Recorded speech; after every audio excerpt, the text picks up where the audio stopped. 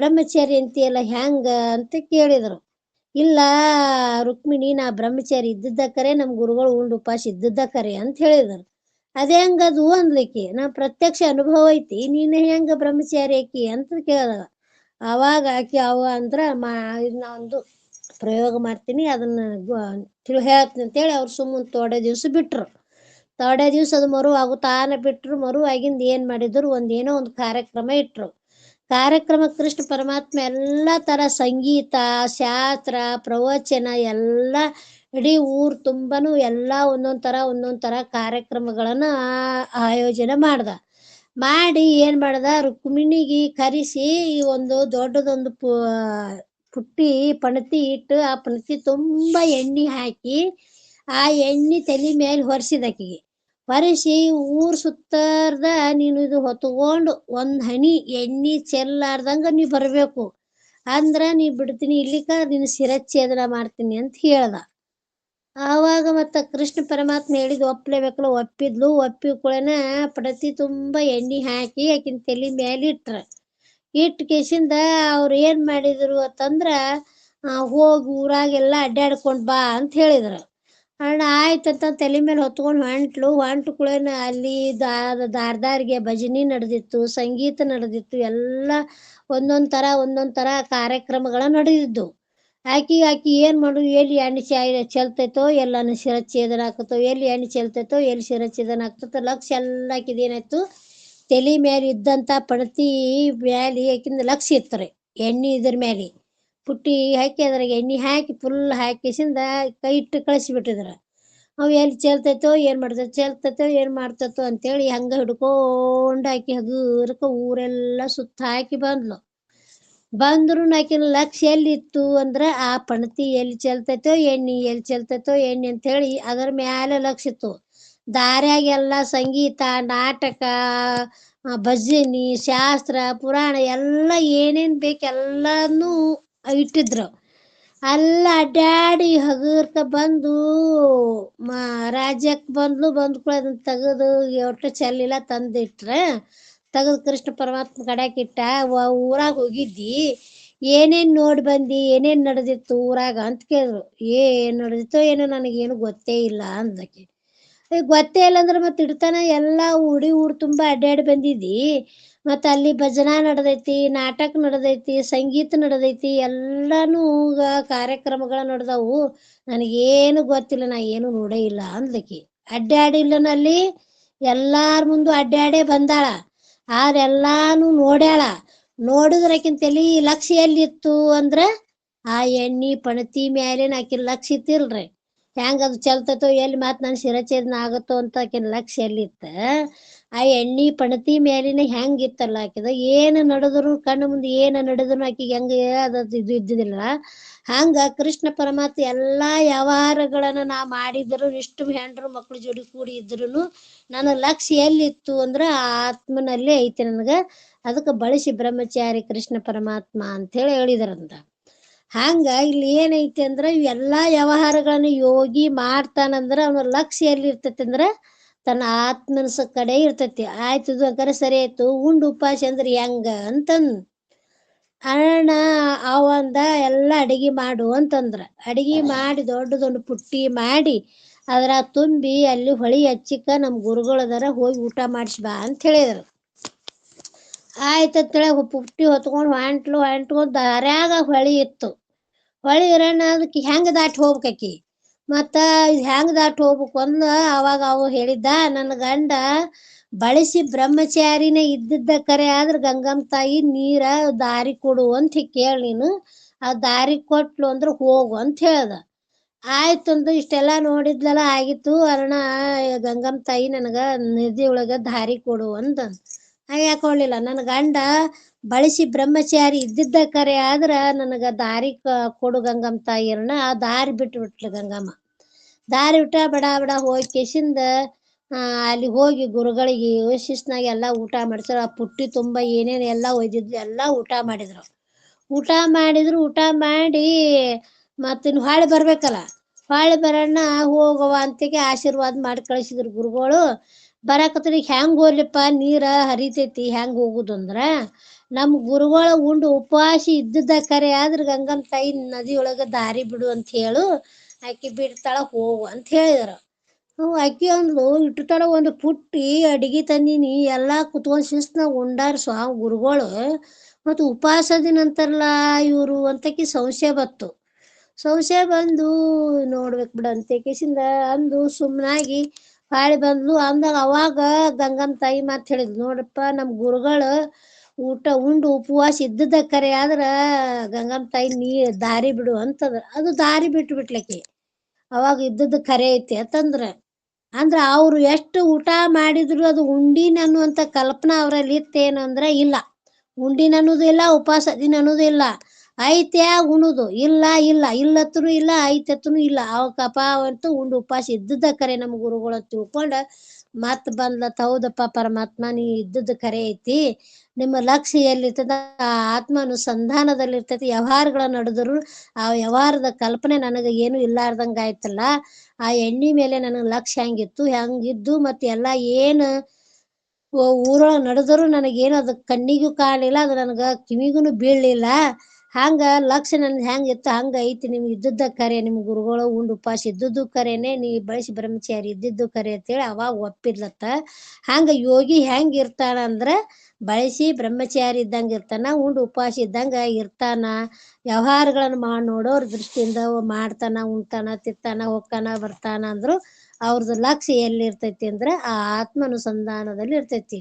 ಈ ನಾವ ನೋಡ್ರಿ ಈಗ ಏನಾರ ವಿಚಾರ ಮಾಡ್ಕೊಂತ ಕೂತಿರ್ತಾವ ಕಟ್ಟಿ ಮೇಲೆ, ಯಾರೋ ಒಬ್ರು ಬರ್ತಾರ ಮುಂದ್ ಹಾಯ್ದು ಹೋಗ್ತಾರ, ಅವ್ರ ಹಿಂದ ಒಬ್ರು ಬರ್ತಾರ, ಇಂಥವ್ರು ಹಾಯ್ದು ಹೋದ್ರೇನ್ರಿ ಇಲ್ಲೇ ಈ ಕಡೆ ಬಂದಿದ್ರ ಅವ್ರು ಮತ್ತೆ ಹಿಂಗ್ ಹೋದ್ರೇನ್ರಿ ಅಂತ ಕೇಳ್ತೇವ್ ನಾವು.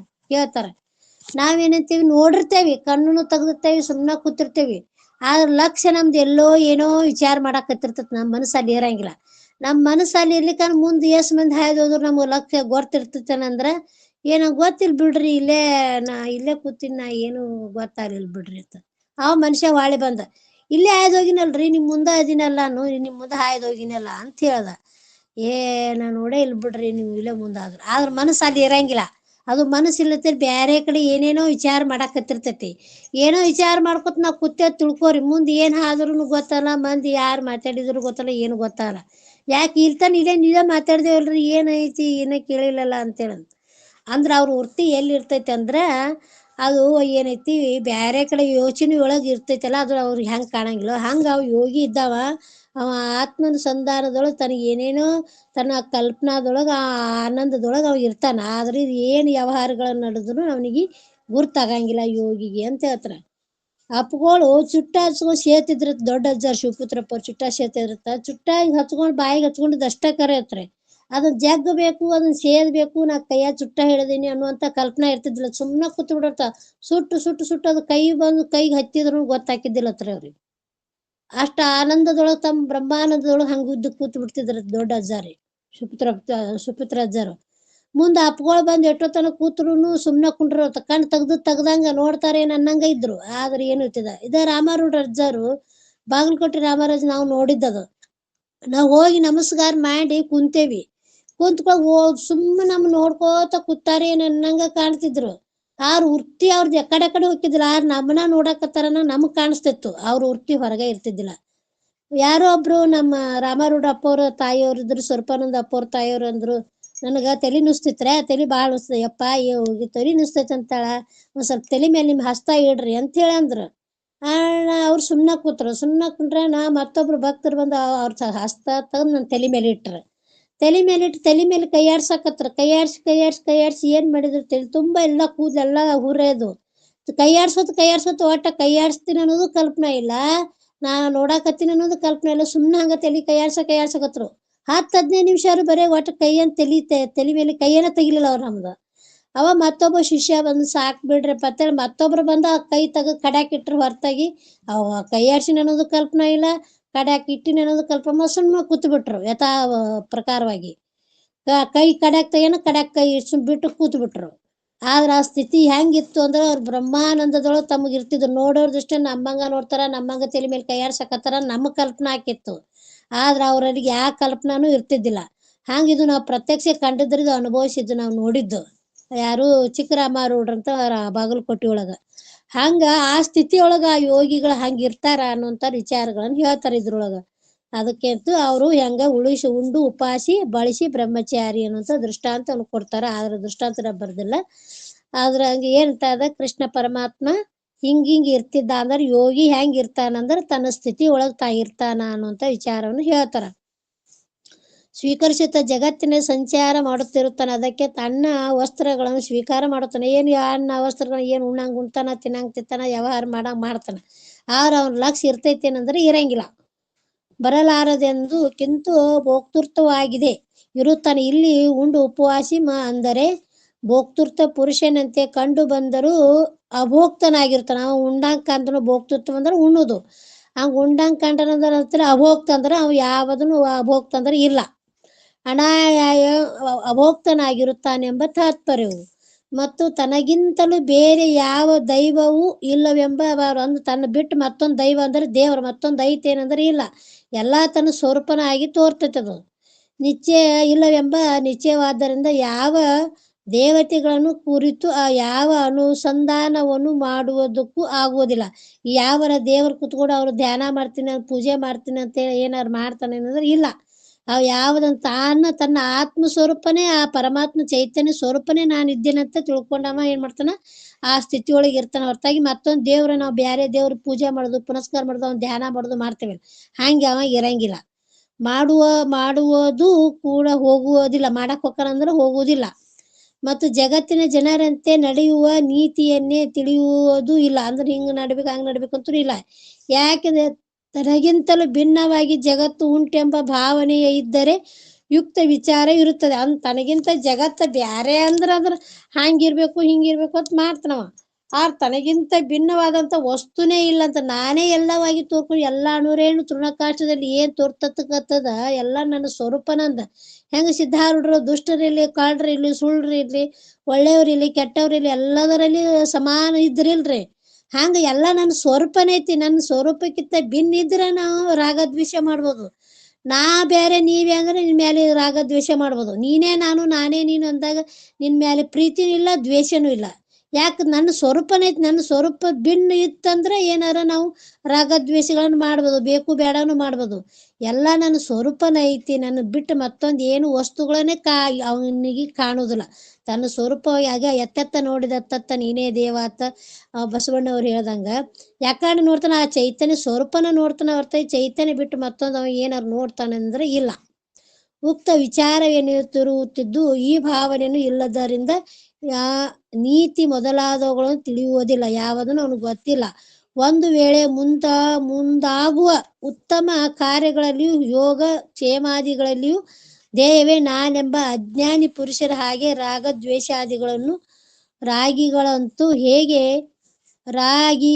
ರಾಗಿಯರವರು ಹಾಗೆ ತೋರುವನು. ಹಾಗೆ ತೋರದಾಗೆದ್ದರೂ ಯಾವುದು ರಾಗನೂ ಇಲ್ಲ, ದ್ವೇಷನೂ ಇಲ್ಲ.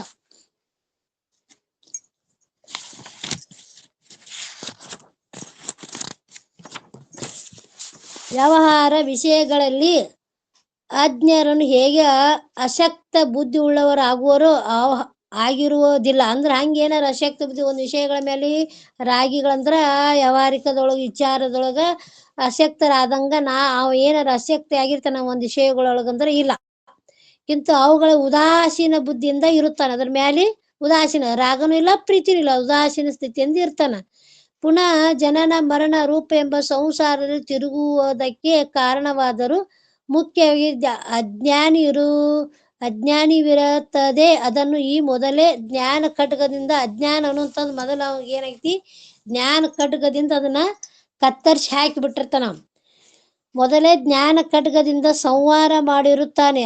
ಅಂದರೆ ವಿಪರೀತವಾಗಿ ಭಾವನೆ ರಹಿತವಾಗಿ ಅಜ್ಞಾನವನ್ನು ತ್ಯಾಗ ಮಾಡಿಬಿಟ್ಟಿರ್ತಾನ. ಮೊದಲು ಅಜ್ಞಾನ ಅನ್ನೋದ ಇದಕ್ಕೇನೈತಿ ಬೇರ.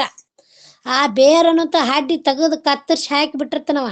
ಎಲ್ಲ ಜ್ಞಾನ ಚೈತನ್ಯ ಸ್ವರೂಪ ಆಗಿಬಿಟ್ಟಿರ್ತೈತಿ. ನಾವೇನ್ ಮಾಡ್ತೀವಿ ಮ್ಯಾಲಿ ಕೊಲ್ಲೆ ಕಡ್ಕೋತ ಹೊಂಟ್ಬಿಟ್ಟೇವಿ. ಆದ್ರ ಅದು ಇದ್ದ ಕಾರಣ ಹೆಂಗ ಸಕ್ರಿ ಗೊಂಬಿದ ಚಿಚಾರ ಚಂದ್ರದಾಗಿ ಕೊಡ್ತಾರ ನೋಡ್ರಿ, ಅದು ಬಿದ್ದು ಹೊಡಿತೈತಿ. ಅದು ಆಕಾರ ಅನ್ನೋದು ಗೊಂಬೆ ಅನ್ನೋದು ಆಕಾರ ಹೋಗ್ತದ. ಆದ್ರ ಸಕ್ರಿ ಮಾತ್ರ ಹಂಗ ಉಳ್ದಿರ್ತೈತಿ ನೋಡ್ರಿ. ಅದು ಮತ್ತ ಅದನ್ನ ಏನಾರ ಕರಗಿಸಿ ಮತ್ತ ಯಾವ್ದಾರ ಪಡಂಚಿ ಹಚ್ಚಿದ್ ಹಾಕಿದ್ರೆ ಅದು ಮತ್ತೊಂದು ಆಕಾರ ಆಗ್ತದ. ಆದ್ರ ಅದನ್ನ ಜಜ್ಜಿ ಪಾನಕಕ್ಕೋ ಅಥವಾ ಚಾಕು ಹಾಕಿ ಕುಡಿದ್ ಬಿಟ್ಟೇವ್ ಅಂದ್ರ ಅದು ಅತ್ಯಂತಿಕ ನಿವೃತ್ತಿ ಆಗತ್ ನೋಡ್ರಿ. ತಾತ್ಕಾಲಿಕ ಗೊಂಬೆ ಅನ್ನುವಂತ ಆಕಾರ ತಳಗ್ ಬಿದ್ದು ಒಡೆದು ಆಕಾರನು ತೊಯ್ತದ, ತಾತ್ಕಾಲಿಕ ನಿವೃತ್ತಿ ಆಯ್ತ, ಗೊಂಬೆ ಅನ್ನೋದು ನಿವೃತ್ತಿ ಆಯ್ತು. ಆದ್ರ ಸಕ್ರೆ ಮಾತ್ರ ಹಂಗ ಉಳಿತ್ ನೋಡ್ರಿ. ಅದು ಏನು ಪಾನಕಕ್ಕೋ ಚಾಕು ಹಾಕಿ ನಾವು ಕುಡಿದು ಬಿಟ್ಟೇವ್ ಅಂದ್ರ ಅದು ಅತ್ಯಂತಿಕ ನಿವೃತ್ತಿ ಅಂತ ಹೇಳ್ತೇವಲ್ಲ, ಹಾಗಿಲ್ಲ ಅಜ್ಞಾನ ಸಹಿತವಾಗಿ ಅಗದಿ ಬೇರದಿಂದ ಹಡ್ಡಿ ತೆಗೆದಕ್ಕ ಒಗದಾಗ ಅದು ಹೊಳ್ಳಿ ಚಿಗಿಯಂಗಿಲ್ಲ. ನಾವು ಬಡ್ಡಿ ಇಟ್ಟು ತುದಿ ಕೊಲ್ಲೆ ಕಡ್ದೆ ಅಂದ್ರ ಮತ್ತ ಅದು ಮಳಿ ಗಿಳಿ ಆಯ್ತು ಮತ್ ಹೊಳೆ ಚಿಗದ್ ಮತ್ ಮರ ಆಗಿಬಿಡ್ತೈತಿ. ಹಂಗ ನಮ್ಗ ಅಜ್ಞಾನ ಸಹಿತವಾಗಿ ನಮ್ಮ ನಾಶ ಆಗ್ಬೇಕು. ಅತ್ಯಂತಿಕ ನಿವೃತ್ತಿ ಪರಮಾನಂದ ಪ್ರಾಪ್ತಿ ಅಂತ ಹೇಳ್ಯಾರ. ತಾತ್ಕಾಲಿಕ ನಿವೃತ್ತಿ, ಅತ್ಯಂತಿಕ ನಿವೃತ್ತಿ. ಅತ್ಯಂತಿಕ ನಿವೃತ್ತಿ ಅಂದ್ರ ಬೇರೆ ಸಹಿತ ಕಾರ್ಯಕಾರಣ ಎರಡು ಕಿತ್ತು ಹೋಗಿರ್ಬೇಕು ನೋಡ್ರಿ.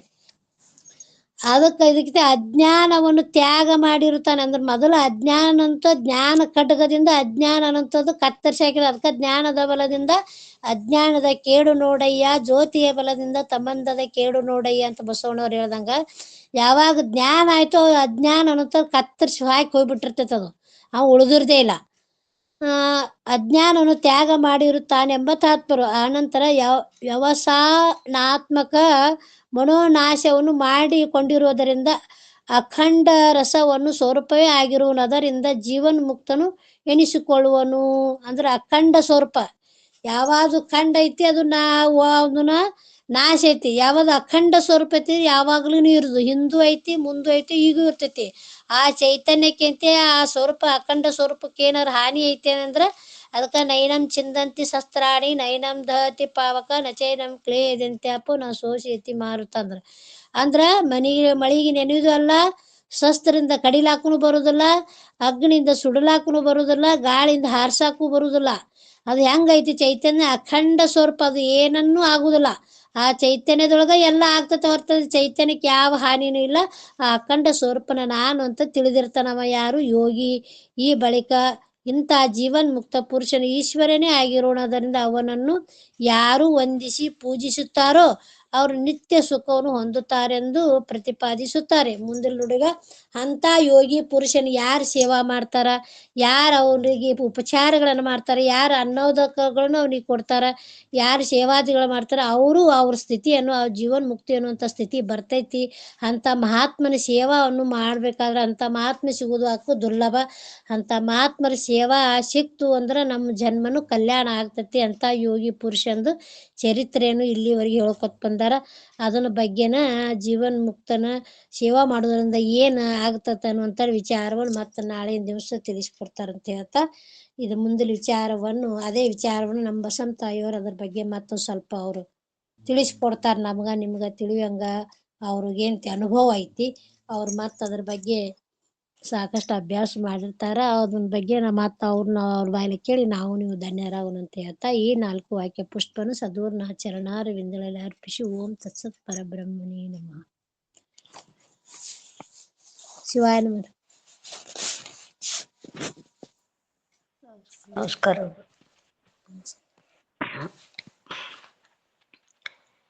ಅನೇಕ ಜನ್ಮ ಸಂಪ್ರಾಪ್ತ ಕರ್ಮ ವಿದಾಯಿನಿ ಜ್ಞಾನಾನಲ ಪ್ರಭಾವೇನ ತಸ್ಮೈ ಶ್ರೀ ಗುರುವೇ ನಮಃ. ಸರ್ವ ವಿದ್ಯೆಗಳಿಗೆ, ಸರ್ವ ಬುದ್ಧಿಗಳಿಗೆ, ಸರ್ವ ಸಿದ್ಧಿಗಳಿಗೆ, ಸರ್ವಕ್ಕೆ ಸರ್ವ ಜೀವರ ತೋರ್ಕೆಗಾದಿ ಕಾರಣವಾದ ಸರ್ವ ಮಂಗಲಿಗೆ ನತನ. ಸದ್ಗುರುಗಳಲ್ಲಿ ಅನಂತ ಕೋಟಿ ನಮಸ್ಕಾರಗಳನ್ನು ಸಲ್ಲಿಸುತ್ತಾ ಗುರು ಕಾಶ್ಕತರನ್ನು ಹೊರನ್ ಮಂದಿರದಲ್ಲಿ ಪೂಜಿಸಿ ಗ್ರಂಥಕರ್ತರಾದ ಲೋಕಹಿತಚಿಂತಕರು ಶ್ರೀಮನ್ ನಿಜಗುಣ ಶಿವಗಳಲ್ಲಿ ಹಾಗೂ ಸಿದ್ಧಾರೂಢರಲ್ಲಿ ಎಲ್ಲ ದಾರ್ಶನಿಕ ಮಹಾತ್ಮರಲ್ಲಿ ಅನಂತ ಕೋಟಿ ಕೋಟಿ ನಮನಗಳನ್ನು ಸಲ್ಲಿಸುತ್ತಾ ಇಲ್ಲಿಯವರೆಗೆ ಜ್ಞಾನ ಬಿತ್ತರಿಸಿದ ಪೂಜ್ಯ ತಾಯಿಯವರಲ್ಲಿ ನನ್ನ ಅನಂತ ನಮಸ್ಕಾರಗಳು. ಈ ಶಿವಗೋಷ್ಠಿಯಲ್ಲಿ ಪಾಲ್ಗೊಂಡಂಥ ಎಲ್ಲ ಶರಣೆಯರಿಗೆ ನನ್ನ ಅನಂತ ಶರಣಾರ್ಥಿ.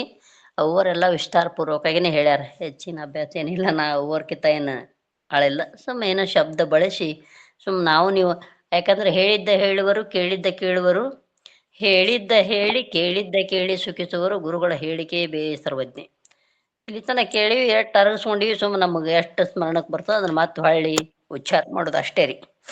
ಅದಕ್ಕೆ ಈ ಜೀವನ್ಮುಕ್ತನ ವಿಷಯ ಹೆಂಗಿರ್ತದಂದ್ರೆ, ಕರ್ತವ್ಯ ಅಂತೂ ಮುಗ್ದದ್ರಿ. ಕರ್ತವ್ಯ ಮುಗಿದಿದೆ, ಆಯುಷ್ಯ ಉಳಿದಿದೆ ಅಷ್ಟೇ ಜೀವನ್ಮುಕ್ತ.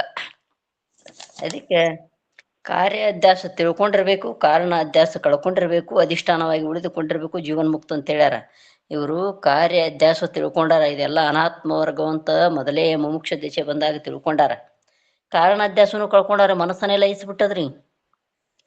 ಕಾರಣವಾದಂಥದ್ದು ಏನು? ಮನಸ್ಸು. ಮನಯೇವ ಮನುಷ್ಯಾನಾಂ ಬಂಧ ಮೋಕ್ಷ. ಕಾರಣವಾದ ಅಜ್ಞಾನ ಕಳ್ಕೊಂಡ್ಬಿಟ್ಟಾರ. ಅಜ್ಞಾನ ಕಳ್ಕೊಂಡಾಗ ಏನದ? ಜ್ಞಾನದ ಪ್ರತೀಕನೇ ಅದಾರ, ಅಂತ ಜ್ಞಾನ ಸ್ವರೂಪನೇ ಅದಾರ ಅವರಲ್ಲಿ. ಮತ್ತು ಇಂಥ ದೈವಿ ಗುಣ ಎಂಥವು ಬಂದಿರ್ತಾವಂದ್ರೆ ಲೋಕಾನು ವ್ಯವಹಾರದ ಗುಣಗಳು ಇರುವುದಿಲ್ಲ.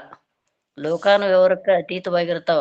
ಜೀವನ್ಮುಕ್ತಗ ಮೈತ್ರಿ, ಕರುಣೆ, ಮುದಿತ, ಉಪೇಕ್ಷೆ ಎಂಬ ಸದ್ಗುಣ ಚತುಷ್ಟ ಇರ್ತಾವ್ರಿ ಅವರಲ್ಲಿ. ಹೆಂಗಂದ್ರೆ ಸತ್ಪುರುಷರೊಡನೆ ಸ್ನೇಹ ಇರುವುದನೇ ಮಿತ್ರತ್ವ, ಮೈತ್ರಿ ಅನ್ನಿಸ್ತದ್ರಿ. ಇನ್ನು ದುಃಖ ಆತ್ಮರಲ್ಲಿ ಮರುಕು ಮಾಡೋದು ಕರುಣೆ ಅನ್ನೋದು. ಯಾರ ದುಃಖಿಗಳಿರ್ತಾರ, ದೀನ ದಲಿತರಿರ್ತಾರ, ಅವ್ರಿಗೆ ತಾವು ಊಟ ಮಾಡಕ್ಕೆ ಕೂತ್ರ ಬಂದ್ರೆ ಅಕಸ್ಮಾತ್ ತಾವು ಊಟ ಮಾಡ್ಬೇಕು ಅನ್ನೋ ಇದ್ರೂ ಇಲ್ಲ, ಸುಮ್ಮನೆ ಕೊಟ್ಟು ಬಿಡ್ತಾರ. ಯಾರು ಕೊಟ್ಟದ್ದು ಬೋಗ್ಸೋದು ತಾವು. ಮತ್ತೆ ಯಥಾರ್ಥವಾಗಿ ತಮ್ಮದ್ರೊಳಗೆ ಯಾರಾದ್ರೂ ಬಂದ್ರೆ ಕರ್ಕೊಂಡು ಉಣೋದು. ದೀನ ದಯಾಳು ಗುಣ ಇರ್ತದ. ಯಾಕಂದ್ರೆ ದೈವಿ ಸಂಪನ್ನದಿಂದನೇ ಈ ಜ್ಞಾನ ಸಂಕೇತ ಬಂದಿರ್ತದ. ಅದಕ್ಕೆ ಮತ್ತು ಪುಣ್ಯ ಕಾರ್ಯಗಳಲ್ಲಿ ಸಂತೋಷದಿಂದ ಅದ್ರೊಳಗೆ ಪಾಲ್ಗೊಳ್ತಾರೆ. ಇದು ಮುದಿತೆ ಅಂತ ಹೇಳಿದ್ರಿ. ಯಾವುದ್ರಾಗೂ ಇದು ಅಲ್ಲೇ ಅದು ನಾವೆಲ್ಲ ಮುಗ್ದವಪ್ಪ, ಏನು ಪುಣ್ಯ ಕಾರ್ಯ, ನಾ ಸತ್ಸಂಗ ಕೇಳೋದು ಮಾಡೋದು ಹೋಗುದು ಬರೋದು ಎಲ್ಲ ಮುಗ್ದದ ಅಂತ ಅನ್ನೋದಿಲ್ಲ. ಹೋದ್ರೆ ಅದ್ರೊಳಗೂ ಇರ್ತಾರೆ. ಅದಕ್ಕೆ ಹಿಂಗೆ ಜೀವನ್ಮುಕ್ತರಿಗೆ ಇವೆಲ್ಲ ಏನಿರ್ತಾವಲ್ರಿ, ಅದಕ್ಕೆ ಜ್ಞಾನ ರಕ್ಷೆ, ತಪಸ್ಸು, ಸರ್ವ ಸಂವಾದ, ದುಃಖ ಸಂಶಯ, ಇಲ್ಲೆಲ್ಲ ಸುಖ ಆವಿರ್ಭಾವ ಆಗಿಬಿಟ್ಟಿರ್ತದ್ರಿ. ಪ್ರಪಂಚ ಯೋಜನೆ ಅವುಗಳಲ್ಲಿ ವಾಸನಾಕ್ಷಯ ಆಗಿರ್ತದೆ. ಮನನಾಶಗಳಿಂದ ಮನನಾಶ ಆದ್ಮೇಲೆ ಬುದ್ಧಿ ನಿರ್ಮಲವಾಗಿರ್ತದೆ. ನಿರ್ಮಲ ಹೆಂಗಾಗಿರ್ತದಂದ್ರೆ ಸ್ವಚ್ಛವಾದ ಕನ್ನಡಿಯಂತೆ, ತಿಳಿಗೊಳದಂತೆ. ತಿಳಿ ನೀರಿನ ಕೊಳದ ಹತ್ತಿರ, ಸರೋವರದ ಹತ್ತಿರ ಹೋಗಿ ನಿಂದ್ರೆ ನೀವು, ನಾವು ಹೆಂಬರಿಕೆಯರ ಕಾಣಲಿ ಇದ್ದಕ್ಕಿದ್ದಂಗೆ ಕಾಣ್ತದೆ. ಅದರ ತಳ ಸ್ಪಷ್ಟವಾಗಿ ಕಾಣ್ತದೆ, ನಮ್ಮ ಪ್ರತಿಬಿಂಬನೂ ಸ್ಪಷ್ಟವಾಗಿ ಕಾಣ್ತದೆ. ಹಂಗೆ ಶುದ್ಧ ನಿರ್ಮಲವಾದ ಆಗಿರ್ತಾರೆ. ಅದಕ್ಕೆ ಇವರು ನೋಡೋರು ಕಣ್ಣಿಗೆ ಆದ್ರೆ ಅವರು ತಪ್ಪನು ಸ್ಟ್ರಾಂಗ್ ಇರ್ತಾನ, ಬಾಲನಂತೆ ಕಾಣ್ತಾರೆ, ಪಂಡಿತನಾಗಿ ಕಾಡ್ತಾರೆ. ಮತ್ತು ಯಾರ ಕಡೆ ಒಬ್ಬೊಬ್ರ ಕಡೆ ನಮಸ್ಕಾರ ಮಾಡ್ಸ್ಕೋತಾರ. ಒಮ್ಮೆ ಆಯ್ತ್ರಿಪ್ಪ, ಆಯ್ತು ಭಗವಂತ ಮುಡಿತಂತ ಅಲ್ಲೇ ಹಿಂಗೆ ಕೈ ಇಟ್ಟು ಹಿಡಿದು ಬಿಡ್ತಾರೆ. ಹಂಗೆ ಅನಂತ ಲೀಲಾರು ಜಾಲವಾಗಿ ಜೀವನ್ಮುಕ್ತರು ಇರ್ತಾರ. ಅದಕ್ಕೆ ಏನು ಉಳ್ದಾರ ಅವ್ರು ಅಂದ್ರೆ ಪ್ರಾರಬ್ಧ ಶೇಷದಿಂದ ಮಾತ್ರ ಉಳ್ದಾರ. ಆ ಪ್ರಾರಬ್ಧ ಗತಿ ತೀರಿತಂದ್ರೆ ಅವ್ರ ಜೀವ ಭಾವ ಜೀವನ್ಮುಕ್ತ ಸ್ಥಿತಿ ಬಂದಾಗ ಹೋಗಿಬಿಟ್ಟಿರ್ತದ್ರಿ. ಯಾಕಂದ್ರೆ ಜೀವನ್ಮುಕ್ತಿ ವಿಲಕ್ಷಣ ಆನಂದ್ರಿ. ಅಖಂಡ ಸ್ವರೂಪ ಅಂತ ಹೇಳಿದ್ರಲ್ಲ, ಅವರು ಖಂಡಿತವಾದದ್ದೆಲ್ಲ ವ್ಯವಹಾರಿಕದೊಳಗೆ ನಡೀತದ, ಸೀಮಿತದ. ಈ ಊರು, ಈ ಮನಿ, ಈ ತೋಟ ಪಟ್ಟಿ, ಇದೆಲ್ಲ ನೆಲ ಜಲ ಸೀಮಿತದ.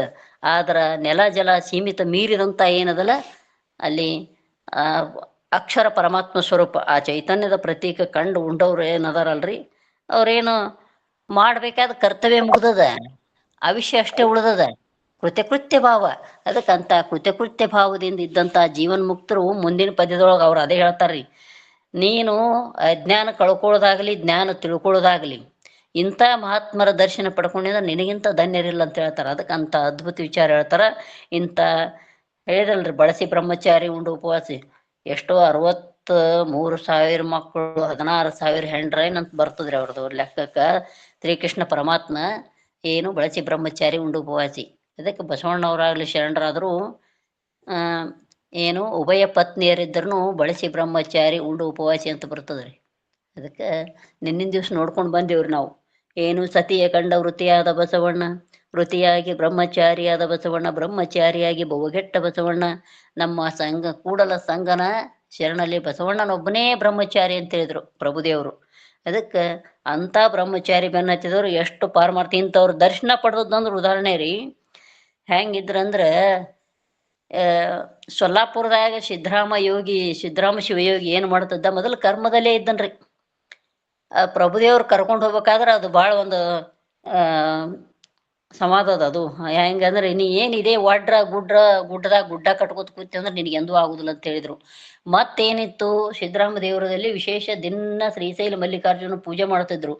ಮಲ್ಲಿಕಾರ್ಜುನ ಇಲ್ಲೇ ಅದಾನ ಅಂತೇಳಿ ಶ್ರೀಶೈಲಕ್ಕೆ ಯೋಗ ಮಾರ್ಗದಿಂದನೇ ಧ್ಯಾನ ಸ್ಥಿತಿಯೊಳಗನೆ ಹೋಗಿ ಬರ್ತಿದ್ರಂತ್ರಿ. ದಿನ ನಿತ್ಯ ಶ್ರೀಶೈಲ ಮಲ್ಲಿಕಾರ್ಜುನನ ದರ್ಶನ ತಮ್ಮ ಪೂಜೆ ಮಾಡಿ ಕೊಡಗಟ್ಲೆ ತುಪ್ಪ ಸುರಿ ಇಲ್ಲಿ ಮಲ್ಲಿಕಾರ್ಜುನ ಲಿಂಗ ಪೂಜೆ ಮಾಡಿ ಹಿಂದಾಗಡೆ ತಾವ ಒಂದು ಪ್ರಾರ್ಥನೆಯೊಳಗೆ ಸ್ತುತಿ ಮಾಡೋ ಹೊತ್ನಾಗ ದಿನನೂ ನಿತ್ಯ ಶ್ರೀಶೈಲಕ್ಕೆ ಹೋಗಿ ಬರ್ತಿದ್ರು. ನಾ ದಿನ ಶ್ರೀಶೈಲಕ್ಕೆ ಹೋಗಿ ಬರ್ತೇನೆ ಅನ್ನುವಂಥದ್ದು ಇತ್ತು. ಈ ತನ್ನ ನಾನು ಯಾರು ಅನ್ನೋದು ತಿಳ್ಕೊಳ್ಳುವಂಥದ್ರಲ್ಲಿ ಕೊರತಿತ್ತು. ಅದಕ್ಕೆ ಆ ಪ್ರಭುದೇವರು ಬಂದರು, ಯೋಗಿಗಳು ಬಂದು ಅಲ್ಲಿ ಕಲ್ಯಾಣ ಕನ್ನಡಿ ಅಲ್ಲಿ ಎಂತಿಂತವ್ರು ಅದಾರಂತ ಕಲ್ಯಾಣಕ್ಕೆ ಕರ್ಕೊಂಡು ಹೋಗ್ಬೇಕಾದ್ರೆ ಇಲ್ಲಿ ಅದೊಂದು ಅದ್ಭುತ ಸಂಹಾರ ರೀ. ಕಲ್ಲ ಮೇಲೆ ಕಲ್ಲಿಟ್ಟು ಆ ಕಲ್ಲ ಮನೆಯ ಮಾಡಿ ಲಿಂಗ ಪ್ರತಿಷ್ಠೆ ಮಾಡಿದ್ರೆ ನಾಯಕ ನರಕ ತಪ್ಪದೋ ಶಿವಯೋಗಿ. ಸಿದ್ದರಾಮ, ನೀ ಲಿಂಗ ಪ್ರತಿಷ್ಠೆ ಒಳಗ ಪರಮಾತ್ಮನ ಕಾಣ್ತಿದೆಯಲ್ಲ, ಲಿಂಗನೇ ದೇವ್ರ ಅಂತ ಕುಂದ್ರಬೇಡ, ಲಿಂಗದೊಳಗಿರುವಂಥ ಪರಮಾತ್ಮ ಚೈತನ್ಯ ನೀನೇ ಎದಿದೆ ಅಂತ ಹೇಳಿ ಕರ್ಕೊಂಡು ಹೋದ್ರು. ಅವಾಗ ಕರ್ಕೊಂಡು ಹೋಗೋ ಅಂಥದ್ರಾಗ ರೀ ಇವಾಗ ಗುಡ್ಡ ಏನು ಕಟ್ಟಿಸ್ತಿದ್ರು ನೋಡ್ರಿ, ಕೆರೆ ಕಟ್ಟಿಸ್ತಿದ್ರು, ಅರವಟ್ಟಿಗಿಡುದು ಅಲ್ಲೇನು ಇಂಥವು ಯಜ್ಞ ಯಾಗ ಮಾಡ್ತಿದ್ರಲ್ರಿ. ಅವಾಗ ಅಮ್ಮೋಗಿ ರಾಯಮ್ಮ ಮತ್ತು ಅಮ್ಮೋಗಿ ರಾಯಮ್ಮ ಇಬ್ರು ದಂಪತಿಗಳಿದ್ದರಿ. ಅವ್ರು ಹೆಂಗಿದ್ರ ಲಿಂಗ ನಿಷ್ಠೆಯಲ್ಲಿ ಜೀವನ್ಮುಕ್ತ ವಿಲಕ್ಷಣ ಆನಂದ ಹೊಂದು ಸ್ಥಿತಿಯವ್ರು ಹೇಳ್ಬೇಕಾದ್ರೆ ಹೆಂಗಿದ್ರಂದ್ರೆ ನೋಡ್ರಿ, ಅವ್ರು ಆಳಿನ ಆಳಯ್ಯ ಸರ್ವಜ್ಞ ಅಂತ ಹೇಳಿದ್ರಲ್ಲ, ಹಂಗ ಇವರು ಕೆರೆ ಕಟ್ಸಾಕ ಇವರೆಲ್ಲ ವ್ಯವಸ್ಥೆ ಮಾಡೋರಿಗೆ ಊಟಕ್ಕೆ ಮಾಡ್ಬೇಕಲ್ರಿ. ಎಲ್ಲ ಮನೆಗೆ ಸಿದ್ದರಾಮದೇವ್ರು ಅಂದ್ರೆ ಒಬ್ರು ಗೌಡ್ರು ಮನೆ ತಂದವ್ರು, ಮುದ್ದನ ಗೌಡ್ರು ಅಂತೇಳಿ ಮೊದಲ 80ನೇ ವರ್ಷಕ್ಕೆ ತಾಯಿ ತಂದೆಯಲ್ಲಿ ಪುತ್ರ ಜನಿಸಿದವ್ರು ಇವರು. ಎಲ್ಲ ಆಶೀರ್ವಾದ, ಒಬ್ರು ಮಹಾತ್ಮರ ಆಶೀರ್ವಾದದಿಂದ ಸುಮ್ಮನೆ ಬಂದು ಆ ತಾಯಿ ಆಶೀರ್ವಾದ ಮಾಡಿದಾಗ ಆ ತಾಯಿ ಇನ್ನೇನು ನನಗೆ ಮಗ ಆತನಂದ್ರೆ ಅಂಥ ಶಿವಯೋಗಿ ಸಿದ್ದರಾಮದೇವ್ರು ಹುಟ್ಟಿ ಬಂದರು. ಅಂದ್ರೆ ಮಹಾತ್ಮರ ದರ್ಶನ, ಇಂಥ ಜ್ಞಾನ ಯೋಗಿಯ ದರ್ಶನದಿಂದ ನೋಡ್ರಿ, ನೋಡಿ ಕೆಲರಂ ಮುಟ್ಟಿ ಕೆಲರಂ ಸ್ಪರ್ಶ ಕೆಲರಂ ಇವರಿಂದ ಪಾವನ ಆಗ್ತದ. ಪಂಚಪುರುಷ ವೇದಿಯುಳ್ಳ ಪ್ರಮುಖರಾಗಿರ್ತಾರ. ಯಾಕಂದ್ರೆ ಮುಕ್ತ ಅವಸ್ಥೆ, ಈ ವ್ಯಾವಹಾರಿಕ ಜ್ಞಾನ ಇಲ್ಲ, ಅಖಂಡ ಚೈತನ್ಯದ ಸ್ವರೂಪದಲ್ಲಿ ಅಡಕಾಗಿರ್ತದ ಅವರ ಅನುಭವ. ಅದಕ್ಕೆ ಅನುಭವ ವೇದ್ಯ ಅನ್ನುವಂಥದ್ದು ಪಡ್ಕೊಂಡು ಆ ಅನುಭವ ಯೋಗಿಯಾಗಿರ್ತಾರ. ಅಂಥವ್ರ ದರ್ಶನ ಪಡ್ಕೊಂಡು ಸಿದ್ದರಾಮದೇವ್ರು ಹುಟ್ಟಿದ್ರು. ಅವ್ರು ಕೆರೆ ಕಟ್ಟಿಸುವ ಹೊತ್ನ್ಯಾಗ ಮನೆಗೆ ತಿರುಗಾಡಿ ಎಲ್ಲ ಊರಾಗ ಯಾರಾದ್ರ ಅವ್ರಿಗೆ ಗೋಧಿ ಕುಟ್ಲಾಕ್ ಕೊಡ್ತಿದ್ರು, ರೊಟ್ಟಿ ಮಾಡಕ್ ಕೊಡೋದು. ಅವಾಗ ಏನೇನು ವ್ಯವಸ್ಥೆ ಇತ್ತು ಎಲ್ಲರೂ ಊರನವ್ರು ದಿನ ಒಬ್ಬೊಬ್ರು ಪಳೆ ಮಾಡ್ಬೇಕ್ರಿ ಇವ್ರಿಗೆ ಊಟಕ್ಕೆ ವ್ಯವಸ್ಥೆ. ಅವಾಗ ಈ ಅಮ್ಮೋಗಿ ರಾಯಮ್ಮನ ಸರದಿ ಬಂತು. ಅವರು ಆ ಸೇವಕರು ಬಂದು ಈ ಗೋಧಿ ಕುಟ್ರಿ ಅಂದ್ರು. ಅವ್ರೇನಂದ್ರು, ಅವ ಸಿದ್ದರಾಮದೇವನು ಗೋಧಿ ನಾವು ಕುಟ್ಟುದಿಲ್ಲ ಅಂದ್ರು. ಕಡಖಂಡಿತವಾಗಿರಿ, ಶರಣರಿಗೆ ಭಯ ಅನ್ರಿ. ಯಾಕೆ ಕುಟ್ಟುದಿಲ್ಲ ಅಂದ್ರೆ ಅವ ಭವಿ ಅದನ್ನ ಲಿಂಗನೇ ಕಟ್ಕೊಂಡಿಲ್ಲ. ಅವ ಶ್ರೀಶೈಲಕ್ಕೆ ಹೋಗಿ ಬರ್ತಿರ್ಬೇಕು, ಇಲ್ಲಿ ಕೆರೆಗೆ ಕಟ್ಟಿಸ್ತಿರ್ಬೇಕು. ಅವ ಅಂಗದ ಮೇಲೆ ಲಿಂಗ ಕಟ್ಕೊಂಡಿಲ್ಲ. ಅದಕ್ಕೆ ಅಂತ ಲಿಂಗ ಭವಿನ ನಾವು ಊಟಕ್ಕೆ ಮಾಡೋದಿಲ್ಲ, ನಾವು ಗೋಧಿ ಕುಟ್ಟುದಿಲ್ಲ ಅಂದ್ರು. ಹೆಂಗ ಈ ಊರು ಬಿಟ್ಟೆ ಹೋಗ್ಬೇಕಾಗ್ತದ ರಾಜಾಜ್ಞೆ. ಅವರು ಈ ಊರಿನ ಎಲ್ಲ ಪರಿಚಾರಕ್ಕೆ ಎಲ್ಲ ವ್ಯವಸ್ಥೆ ಅವ್ರದ್ದು, ಅವ್ರ ಅಧೀನದಲ್ಲಿ ನಡೀತದ ಆಡಳಿತ. ನೀವು ಇಲ್ಲಿ ಇರಬಾರ್ದು ಅಂತಂದ್ರೆ ಯಾಕಾಗಲ್ಲ, ಹೋಗ್ತೀವಿ ಅಂದ್ರ ಅವ್ರು. ಅಂದ್ರ ಜೀವನ್ ಮುಕ್ತರು ಒಬ್ರು ಹಿಂಗಿರ್ಬೇಕು ಒಬ್ರು ಹಿಂಗಿರ್ಬೇಕಂತ ನಿಮಿಲ್ಲ. ಅವ್ರವ್ರ ದೃಷ್ಟಿ ಹೆಂಗಿರ್ತದಂದ್ರೆ ಯದ್ಭಾವಂ ತನ್ನಷ್ಟಂ. ಈ ಅರಿವಿನ ಸಂಕೇತ ತಿಳ್ಕೊಂಡವ್ರು ತಮ್ಮ ತಮ್ಮ ಭಾವ ಅಳವಟ್ಟಂಗ ಇರ್ತಾರ ಅನ್ನೋದಕ್ಕೆ ಇದು ದೃಷ್ಟಾಂತ ರೀ. ಆಯ್ತು ಹೋಗ್ತೀವಿ ಅಂದ್ರೆ ಆಗಿಂದ ತಯಾರಾಗಬೇಕಲ್ಲ. ಅವಾಗಿನ ಕಾಲದಾಗ ಏನು ಬಸ್ ಏನು ಅಷ್ಟು ವ್ಯವಸ್ಥೆ ಇದ್ದಿದ್ದಿಲ್ಲ. ಮತ್ತು ಹೋಗ್ತೀನಿ ಅಂತ ಹೇಳಿದಿ ಹೆಂಗೆ ಅಂದ್ರು ಅವರು ಅಮ್ಮೋಗಿ ಚಂಡ್ರು, ನಡೀರಿ ಹೋಗಮ್ಮ ಅಂದ್ರು. ಮತ್ತೆ ಏನಾರ ಒಂದು ಜನ ನಮ್ಗೆ ವ್ಯವಸ್ಥೆ ಕಟ್ಕೋಬೇಕಲ್ಲ ಅಂದ್ರೆ ಮೊದಲು ಲಿಂಗಾರ್ಚನೆ ಪೆಟ್ಟಿಗೆ ತೊಗೊಂಡ್ರಿ, ಆಮೇಲೆ ತಮ್ಮ ವಸ್ತ್ರ ತಗೊಂಡ್ರು. 1 ಗಂಟೆ ಆಯ್ತು. ಒಂದು ಊಟಕ್ಕೆ ಮಾಡು ಸಾಮಾನ್ಯ ಗಂಟು ಕಟ್ಟಿದ್ರು, ಮೂರಾದು ನಾವು ಹೊತ್ಕೊಳ್ಳೋದು ಹೆಂಗೆ ಅಂದಾಗ ಏನಿದ್ದದ್ದು ತಗೋ, ವಸ್ತ್ರ ಲಿಂಗಾರ್ಚನೆ ಪೆಟ್ಟಿಗೆ ತಗೋ, ತಲಾಕೊಂದೊಂದು ತೋಳಮ್ಮ. ಬೇಕಂದ್ರೆ ತಂದು ಕೊಟ್ಟಿರ್ತಾನ, ಒಲ್ಲೆ ಅಂದ್ರೆ ಬಿಟ್ಟಿರ್ತಾನ. ಯಾವ್ರಿ ಶಿವ ಪರಮಾತ್ಮ ಬೇಕಂದ್ರೆ ಅಲ್ಲೇ ತಂದು ಹೆಂಗಾರ ಕಳಿಸಿರ್ತಾನ. ಇರ್ಲಿಕ್ಕಂದ್ರೆ ಮತ್ತೆ ಇದ್ದಟ್ಟು ಶಿವಾರ್ಚನೆ ಮಾಡಿ ಶಿವಾರ್ಪಣ ಮನಮಂದ್ರು ಎರಡು ಒಬ್ಬೊಬ್ರು ಹೊತ್ಕೊಂಡು ಹೋದ್ರಿ. ಬಾಂಡೆ ಸಾಮಾನಿದ್ದೆ ಉಳಿತ್ರಿ. ಅವಸರ ಕಟ್ಟಿದ್ರು, ಅದು ಕಡ್ಚಿಗಿ ತಳಕೆ ಆಗಿತ್ರಿ. ಶಿವ ಏನ್ ಮಾಡ್ಬೇಕು, ಇವ್ರು ಬಿಟ್ಟು ಹೋದ್ರು ಹೆಂಗ ಇವ್ರು ಹಿಂದ ಮತ್ತ ಅಲ್ಲಿ ಹೋಗಿ ವ್ಯವಸ್ಥೆ ಹೆಂಗ, ಇನ್ ಲಿಂಗಾರ್ಚನೆ ಮಾಡ್ಕೊಂಡು ಸ್ನಾನ ಪೂಜೆ ಮಾಡ್ಕೊಂಡು ಹಂಗೆ ಕುಂದಿರ್ತಾವ, ಇವ್ರ ಗತಿ ಏನಂದ. ಹೊತ್ಕೊಂಡು ಹೊಂಟ ತಲಿ ಕಡ್ಚಿಗೆ ನಟ್ಟಿತ್ತಂತ ನೋಡ್ರಿ. ಅಲ್ಲಿ ಹೋಗಿ ಇವ್ರು ಮುಟ್ಟುದ್ರಾಗ ಹೋಗಿ ಅವ್ರ ಸಾಮಾನು ಉಳಿದದ್ದು ಹೆಂಗಂದ್ರೆ ಅವಂಗ ಒಪ್ಪಿಸಿದ್ದೇವ, ಹೆಂಗ ಭಗವಂತ ತಂದು ಕೊಟ್ಟಾನಂತ ಅಲ್ಲಿ ಹೋಗಿ ತಾವು ಪ್ರಸಾದ ಮಾಡಿ ಸ್ವೀಕರಿಸಿದ್ರು. ಇಲ್ಲಿ ನೋಡ್ರಿ ಮರುದಿವ್ಸ ಇವ ಕೊಡ ಒಂದು ಡಬ್ಬಿ ತುಪ್ಪ ತಗೊಂಡು ಒಂದು ಕೊಡ ಹಾಲು ತಗೊಂಡು ಪೂಜಾಕ್ ಸಿದ್ದರಾಮದೇವ್ರ ದೇವಸ್ಥಾನಕ್ಕೆ ಬಂದ. ಇವ ಲಿಂಗದ ಮೇಲೆ ಅಭಿಷೇಕ ಹಾಕಿ ಎರಾಗಿ ಹಿಂಗ್ ಕೈಯಾಡಿದ್ದ. ಹಾ ಅಂತ ನೆಳ್ಳಕೈತದ. ಯಪ್ಪ ಯಾಕೆ ನಿನಗೆ ಏನಾಯ್ತು ಅಂದ್ರೆ, ಯಪ್ಪ ನಿನ್ನೆ ಅವ್ರು ಬಿಟ್ಟು ಹೋಗಿದ್ರಲ್ಲ ಯಪ್ಪ, ನನಗೆ ಕಡ್ಚಿಗೆ ನಾಟಿ ತಂದಂತ್ರಿ. ಯಾರಂದ್ರ ಶರಣರಪ್ಪ, ಅವ್ರಿಗೆ ಊರಾಗ ಇರಬಾರ್ದಂತ ಆಜ್ಞೆ ಇದ್ದಾಗ ಇದೇ ಲಿಂಗಾರ್ಚನೆ ಪೆಟ್ಟಿಗೆ ತೊಗೊಂಡು ಹೋದ್ರು, ಊಟದ ಬಿಟ್ಟು ಹೋದ್ರು. ಅವ್ರ ರಕ್ಷಣೆ ನಾ ಮಾಡ್ಬೇಕಲ್ಲ, ಅದಕ್ಕೆ ನನಗೆ ಕಡ್ಚಿಗೆ ನಾಟಿ ತಂದ. ಅವಾಗ ಅವನಿಗೆ ಜ್ಞಾನ ಆಯ್ತ್ರಿ. ಏನು ನಾ ಇಲ್ಲಿ ತನ ಕೊಡಗಟ್ಲೆ ತುಪ್ಪ ಹಾಕಿ ಇಷ್ಟೆಲ್ಲ ಅಭಿಷೇಕ ಮಾಡಿ ದಿನ ದರ್ಶನ ತಗೊಂಡಿನಿ, ನರಕ ದರ್ಶನ ಮಾಡಿ ಬಂದಿನಿ, ಹೋಗಿ ಅಲ್ಲಿ ಯಾರ್ಯಾರ ಅನ್ನೋದು ಪಾಪಿಗಳನ್ನು ನೋಡಿ ಬಂದಿನಿ, ಇಂಥ ಮಲ್ಲಿಕಾರ್ಜುನ ದರ್ಶನ ಆಗಿನಿ. ಆದ್ರೆ ನೀ ನಾನು ಕೂಡ ಮಾತಾಡಿದ್ದಿಲ್ಲ ನನ್ನಪ್ಪ ಅಂತ ಅವಾಗ ದಿವ್ಯ ಪ್ರತ್ಯಕ್ಷ ಆಗಿ ಮಲ್ಲಯ್ಯ ತೋರಿಸಿದಂತ ಬರ್ತದ. ಅದಕ್ಕೆ ಈ ಜೀವನ್ಮುಕ್ತರಕ್ಕಿಂತಲೂ ಕರ್ಮ ಯಾಗ ಯಜ್ಞ ಇವೇನದಾವಲ್ಲ ಪರೋಕ್ಷ ಜ್ಞಾನ ಆಗ್ತಾವ. ಆದ್ರೆ ನಮಗ ಜ್ಞಾನಕ್ಕೆ ಸಾಧನ ಆಗ್ತದ. ಆದ್ರೆ ಇವ್ರು ನೋಡ್ರಿ ಸರಳತ್ವ ಜೀವದಿಂದ ಒಂದರಲ್ಲಿ ಏನು ನಿಷ್ಠೆ ಇಟ್ಟಿದ್ರು. ಅದಕ್ಕೆ ನರಜನ್ಮ ತೋಡಿದು ಹರಜನ್ಮವು ಮಾಡಿದ ಗುರುವೆ ಅಂತ ಏನು ಮಹಾದೇವಿ ಅಕ್ಕ ಹೇಳುವಂತೆ ಅಂತ ಬಹುಬಂಧನ ಅಳಿಬೇಕಾದ್ರೆ ಒಂದು ಏಕನಿಷ್ಠೆ ಇರಬೇಕು. ಅಂತ ಏಕನಿಷ್ಠೆಯಿಂದ ಈ ಯೋಗಿಗಳು ಸಾಧಿಸಿ ತೋರಿಸಿದ್ದು ಇವರ ಜೀವನ್ಮುಕ್ತರು. ಜೀವನದೊಳಗೆ ಮುಕ್ತ ವಿಲಕ್ಷಣ ಅಂದ್ರೆ ಇರುವುದರಾಗನೆ ಇರುವುದರಾಗನೆ ಸ್ವಸ್ವರೂಪ ಅನುಸಂಧಾನ ಮಾಡ್ಯಾರ. ಅಂತ ಮಹಾತ್ಮರ ದರ್ಶನ ಪಡ್ಕೊಂಡು ಮತ್ ನಾಳೆಗೆ ಅದೇ ಹೇಳ್ತಾರ ನೋಡ್ರಿ, ಇಂಥ ಯೋಗಿಗಳಿಗೆ ಚರಣಾಗತರ. ಆದ್ರೆ ನಿನ್ನಂತ ಜ್ಞಾನಿಯರಿಲ್ಲ, ನಿನ್ನಂತ ಸಿರಿವಂತರಿಲ್ಲ ಅಂತ ಪ್ರಭುದೇವರು ಹೇಳುವಂತೆ ನಾಳಿನ ಅದ್ಭುತ ವಿಚಾರ ಹೇಳ್ತಾರ. ನಾವು ನೀವುಗಳು ತಿಳ್ಕೊಂಡು ಈ ಶರಣರ ದೃಷ್ಟಾಂತ ಯಾಕೆ ಹೇಳಿದೇವೆ ಅಂದ್ರೆ ಮುಕ್ತರು ಹೇಗಿರ್ತಾರಂತ ಹೇಳಕ್ಕಾಗುದಿಲ್ಲ. ಜೀವನ್ಮುಕ್ತಿ ವಿಲಕ್ಷಣ ಆನಂದ ಪಡ್ಕೊಂಡವ್ರಿಗೆ ಅವ್ರ ಹಿಂದೆ ಬೆನ್ನ ಹತ್ತಾನ ಭಗವಂತ. ಅವ್ರ ಹಿಂದೆ ಬೆನ್ನ ಹತ್ಲಾಕ ಅವ್ರ ಸ್ವರೂಪನೇ ಅದೇ ತಿಳ್ಕೊಂಡಿರ್ತಾರ. ಅವ್ರು ಇದ್ದಲ್ಲಿ ಅವ ಇದ್ದವನೇ. ಅದಕ್ಕೆ ಶರಣ ಜನರ ತದು ಹೃದಯ ನಳಿನದಳು ಪರಿಶೋಭಿಸುತ್ತಿರುವುದು ನಿನ್ನ ಪಾದ. ಶರಣರಾದಂತ ಜನರ ಹೃದಯದೊಳಗೆ ಪರಿಶೋಭಿಸ್ತಾನಂದ್ರೆ ನಮ್ಮೊಳಗಿಲ್ಲನಂತ ಯಾಕೆ ಬರ್ಬೋದು. ನಮ್ಮೊಳಗ ಅಂತಃಕರಣ ಸ್ವಚ್ಛ ಇಲ್ಲ, ಮರುವಾಗ್ಯದ, ಕಾಣಲ್ದು. ಕನ್ನಡಿ ಸ್ವಚ್ಛ ಇಲ್ಲ, ಅವ್ರ ಕನ್ನಡಿ ಸ್ವಚ್ಛ ಆಗ್ಯದ, ಅಪ್ಪಟ ಸುವರ್ಣದಂತಾಗಿದೆ. ಅದಕ್ಕೆ ಅಂತವರಲ್ಲಿ ದಿವ್ಯ ತೇಜ ಕಾಣಿಸ್ತದ. ಅಂತ ಚೈತನ್ಯ ಸ್ವರೂಪರ ದಿವ್ಯ ದರ್ಶನ ನಾವು ನೀವುಗಳು ಕೂಡ್ಕೊಂಡು ಓಡಿ ಮುಕ್ತರಾಗೋಣ ಅಂತ ಹೇಳಿ ನನ್ನ ಎರಡು ಮಾತಿಗೆ ವಿರಾಮ ಕೊಡ್ತೇನೆ.